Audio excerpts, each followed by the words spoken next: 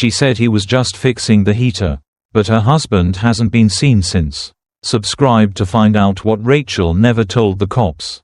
Phoenix in June was a heatwave wrapped in quiet desperation. The kind of dry that cracked lips and silenced birds.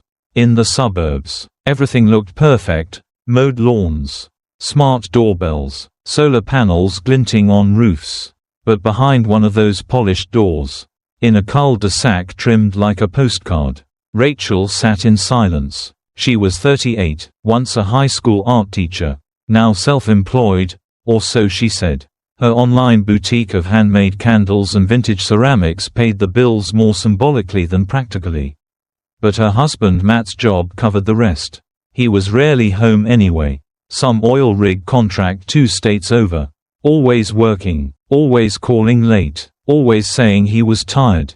They'd been married for 10 years. And for the last 3, Rachel had stopped counting. Their house was sleek, black countertops, white leather, minimalist art, but beneath the design was a chill no thermostat could fix. Rachel filled her days with tasks that didn't matter, cleaning already clean things, scrolling without reading, cooking for one. The silence had become routine, almost protective, until the water heater broke.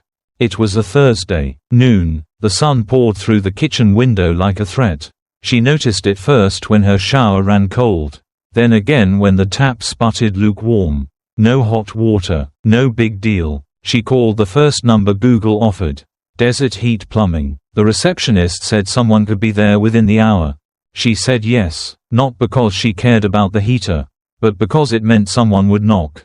She didn't change out of her robe, just brushed her hair and sprayed perfume on her wrists. Something subtle, citrusy, something Matt had once liked. The knock came sooner than expected. 3 short raps, no doorbell. Rachel opened the door, and met Theo. He looked like the kind of man who didn't need to talk much. Tall, broad-shouldered, tan from outdoor work, hair a little too long, beard a little too unkempt. He wore a company shirt with a name patch and heavy boots that thudded softly as he stepped inside. "Water heater?" he asked, voice low and even. Rachel nodded. "This way." She led him through the hall, past the spotless living room, into the garage where the heater sat humming like an old dog trying to breathe. He knelt, opened the panel, and began to work. Rachel didn't leave. She stood near the doorway, one hand resting on the frame, eyes following every motion, the way his forearm flexed as he turned the wrench, the subtle grunt when he had to reach, the sweat beginning to form just below the collar of his shirt. She told herself she was just watching to learn. But she wasn't. Theo didn't say much, just occasional mumbles to himself. Clicks of tools, the rhythmic drip of water from the base of the unit. Drip, drip, drip. Outside, the sun glared. Inside, something else was heating. "Want some water?" she asked. He looked up, a line of sweat sliding down the side of his face. "Sure, thanks," she returned with 2 glasses. Handed him one. Their fingers brushed. It was barely a touch, but it stayed. He drank, nodded once, and went back to work. She didn't leave, just leaned against the wall now, legs crossed at the ankle, robe slipping slightly from her shoulder. She didn't fix it. Theo noticed. He didn't comment, but his hands moved slower. Rachel tilted her head, observing him like a painting she was trying to decipher. What she saw wasn't just a man. It was attention, focus, heat, things she hadn't felt in years. Matt used to look at her like that. Before business trips, before exhaustion, before everything became scheduled. Now, she felt like a woman again. A woman being seen. Theo stood. Should be good now. Might need a part replaced long term. But it'll hold. Rachel nodded, then took a step closer. "Thank you." He looked down at her. Really looked, no pretense. "It's my job." She smiled. "Still, you came fast. I live nearby." She held his gaze a second too long, then said, "Let me walk you out." At the door, she paused. The light caught her eyes. They were the kind that held storms behind clear skies. Theo adjusted his tool bag. "Well, have a good day." She didn't answer, just looked at him, Then, softly, "If anything breaks again, I'll call." He met her eyes. "Sure." Then he left. Rachel closed the door, leaned against it. The house was silent again.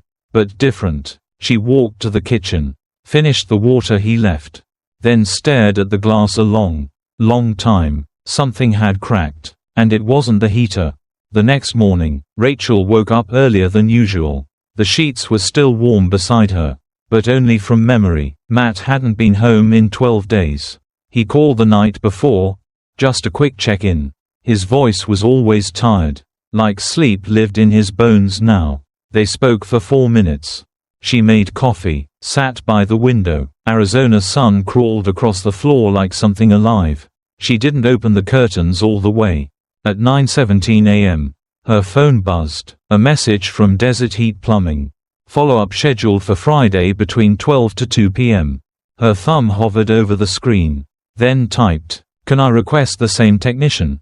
Theo." 15 minutes later, the reply came, "Confirmed." She told herself it was just about consistency, familiarity, efficiency. Friday came too slowly. She cleaned the house again, though it wasn't dirty, changed the bedsheets to white cotton, crisp, untouched, sprayed lavender on the pillows.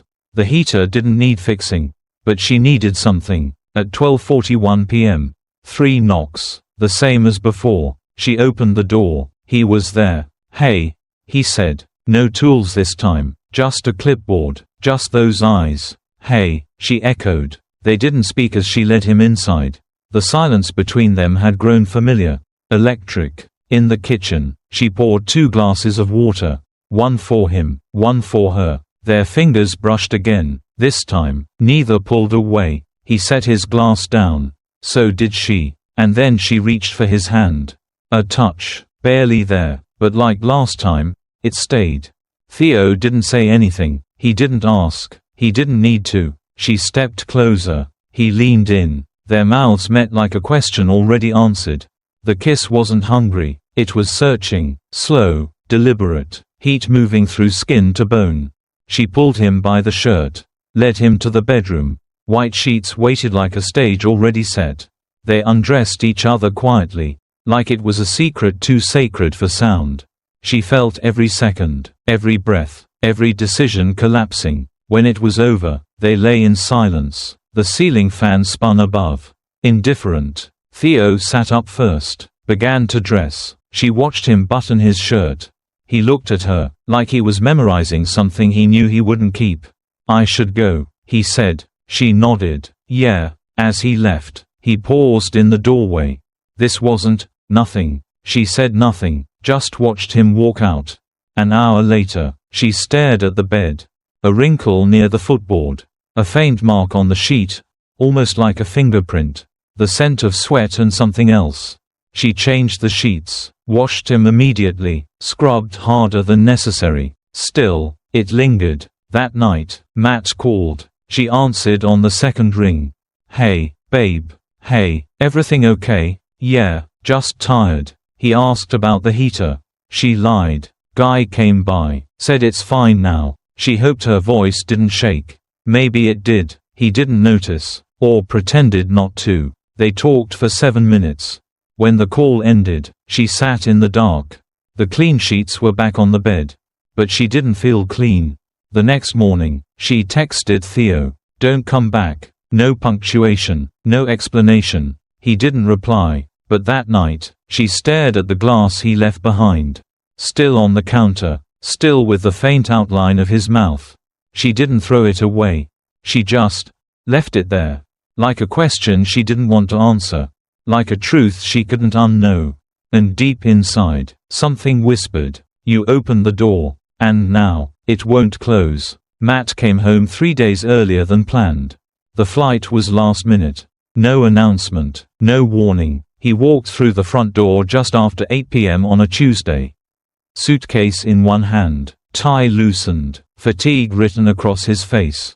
He called out, "Rachel." She froze in the kitchen. The smell of rosemary still in the air from the solo dinner she hadn't expected to explain. He kissed her cheek. She tensed slightly. "You okay?" he asked. "Yeah, just surprised." "I missed you." She smiled, a brittle, delayed smile. "Me too." The house looked the same. Too same. Matt's eyes were trained for patterns. Years of engineering had wired him to notice small changes. And there were changes. The bed was freshly made. Too tightly tucked. The scent on the pillows wasn't hers. Not quite. In the bathroom, a towel folded the wrong way. New toothbrush still in its wrapper under the sink. And yet, nothing he could prove. Until dinner, he reached across the table. "Did anyone come by while I was gone?" Rachel paused, then shrugged. "The plumber. Remember, the heater." Matt nodded. "Anyone else?" She shook her head. "No." He didn't press. The next morning, while Rachel showered, Matt opened the garage door. Looked at the water heater.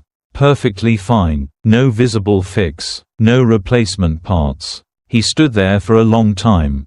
That afternoon, he went to a hardware store. Bought a set of wireless cameras. Small, hidden, easy to monitor from his phone. He didn't tell her. The cameras went into the living room, kitchen, hallway, and garage. One even tucked inside the smoke detector in the bedroom. That night, Rachel's phone buzzed. A message from Theo. "Just checking in." Her heart stopped. She typed back, "You can't come anymore. He's home." Then again, he installed cameras. No reply. The next day passed in slow dread. Matt acted normal, loving, too loving. Rachel jumped at every sound, every buzz. 2 days later, she opened the front door to get the mail. And Theo stood there. No uniform, just jeans, a t-shirt, and that look. "What are you doing here?" she hissed. "I just wanted to see you." "You can't be here." He started to speak. From inside the house, Matt's voice, "Rach, everything okay?" Theo's eyes went wide. He backed away. She turned. "Just the mail." Matt came out, wiping his hands. Saw Theo. Stopped walking. The two men stared at each other. Matt stepped forward. "Who's this?" Rachel froze. "It's the plumber." Matt's face shifted. "Really? The same one?" Theo said nothing. Matt's tone sharpened. "Got something else to fix?" Theo looked at Rachel once. Then turned. "No, sir, just leaving." He walked back to his truck. Drove off. Matt turned to Rachel. "You said he wasn't coming back." She said nothing. That night, Matt reviewed the camera feeds. But the bedroom file was missing. Corrupted. Glitched. Gone. He stared at the screen. Then at Rachel, asleep beside him. His hand hovered over her shoulder. But he didn't touch her. The next morning, he was gone. No note. No packed bag. Just an empty closet and a missed call from his number that never came again. Rachel reported him missing after 36 hours. To the police, she said, "He seemed tired. Maybe he needed space." To herself, she whispered, "I told him the truth. Mostly." But the silence grew louder each day. And in the garage, the heater hummed. Steady. Too steady. Like it was hiding something beneath its warmth. Or mourning someone who never got to leave. The detective's name was Halloran. He had the look of someone who didn't trust easy, or ever. Sharp jaw, coffee breath, notebook always half open in his left hand. He sat across from Rachel in the living room. Elbows on knees, voice low. "When was the last time you saw your husband?" "Mrs. Cole." Rachel stared at the coffee table. Her hands were wrapped tightly around a lukewarm mug she hadn't touched. 3 days ago, morning, I was asleep. When I woke up, he was gone. Did he say anything? Leave a note? She shook her head. He sometimes just needs space. Halloran nodded slowly. Right, and there's no history of him vanishing before. No, not like this. Any fights? Tension? We've had issues, like anyone, but nothing like that. Her voice cracked on the last word. It wasn't acting. The fear was real. But the guilt wove underneath like a hairline fracture. Halloran closed his notebook. "Do you mind if we take a look around?" Rachel hesitated, then nodded. 2 offices went upstairs, another to the garage. Halloran wandered the kitchen, looked at the counter, spotted a glass, smudged, faint lip print, mail. In the bedroom, one of the officers called out, "Detective." Halloran entered. The officer held up a bedsheet. Still damp. Fresh wash. Smells like bleach. He nodded. Bag it. They found the camera system. Checked the feed. All intact. Except one segment. The night mat disappeared. The bedroom camera showed a corrupted file. Looks like it was overwritten. The tech said, or manually wiped. Halloran watched Rachel from the hallway. She sat motionless, not crying now, just staring. In the garage, an officer sniffed the air. Smell that? Like ammonia. They opened a bin. Cleaning supplies. All recently used. The water heater hummed too loudly for such a small machine. Rachel sat at the dining table when Halloran returned. You washed your sheets yesterday? She nodded. Yes. Why? They were dirty. From what? She blinked. I don't remember. You always use bleach? Yes. Silence stretched. Halloran leaned forward. Rachel, is there anything you want to tell us before this gets harder? She swallowed. He's probably just mad. He'll come back. Are you sure? I didn't do anything, but maybe you know someone who did. She shook her head too fast. Theo. She hadn't heard from him. Not a text, not a call. She tried. Number disconnected. She looked up his name. Desert Heat Plumbing. The company had no record of a Theo in the database. The technician ID he wore was fake. The address he listed on the invoice. Empty unit. Lease expired 2 months ago. Theo was a ghost. Rachel sat in a small grey room 2 days later. A recorder on the table. A single flickering bulb. Halloran sat across from her again. He pushed a folder toward her. Inside, the bedsheet, photos under UV light. You want to explain the blood? Rachel stared at the photo. Small, almost invisible, but not nothing. It's not his. Then whose? Silence. Halloran leaned back. You were having an affair. Her mouth opened, then shut. You had help. She shook her head. We'll find him. I don't know where he is. Halloran stood. You keep saying that. You keep saying the same line. Rachel looked up, and said, one more time. He was just fixing the heater. She closed her eyes, and didn't open him for a long time. The discovery came on a Wednesday. Contractors were renovating the garage wall for insulation upgrades. The new owner, a middle-aged widow with no idea what her home once held, stood in the driveway sipping iced tea while the workers pulled drywall apart. The smell came first. Sharp, chemical, wrong. Then the tool, rusted, bent, half embedded behind the insulation. Then the bones. They stopped work immediately. Halloran arrived before sunset. His jaw was set tighter than usual. He didn't speak much, just stared at the space in the wall like it was a confession. The body was identified through dental records.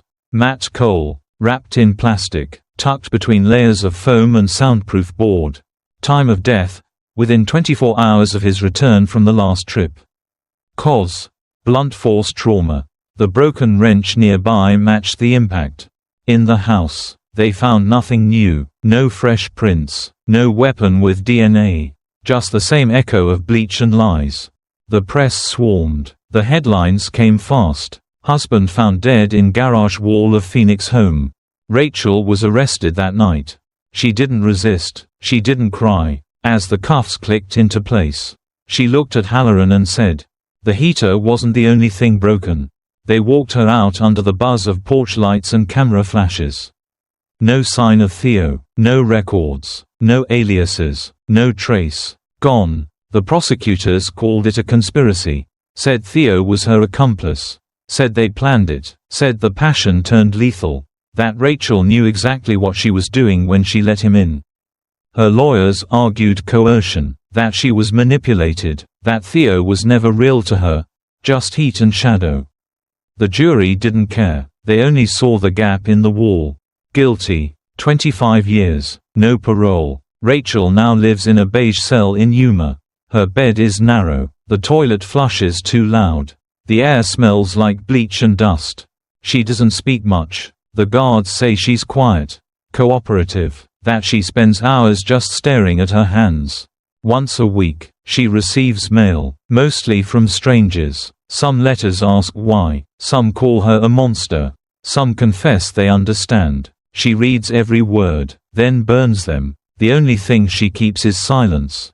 One night, during head count, a young guard found her sitting on the floor of her cell. Her back to the wall, eyes fixed on the corner. Rachel, she didn't answer. He stepped closer, followed her gaze, to the sink, the old faucet. A single droplet of water hung from the tip. Then dropped, and echoed. Drip. She smiled, just barely, as if she'd been waiting for that sound. As if it had never stopped. And the guard, he said later, it was the most peaceful smile he'd ever seen on a prisoner. A woman who, for one moment, wasn't behind bars, just behind memory, and maybe, in her mind, back in that house, the day he knocked, the day she opened the door, the day the silence began. Some say Rachel was a woman consumed by loneliness. Others say she was always broken, long before the heater failed. But silence doesn't bury the past. It just delays the sound of the drip. And in San Diego, another woman let go of her vows, one ring at a time.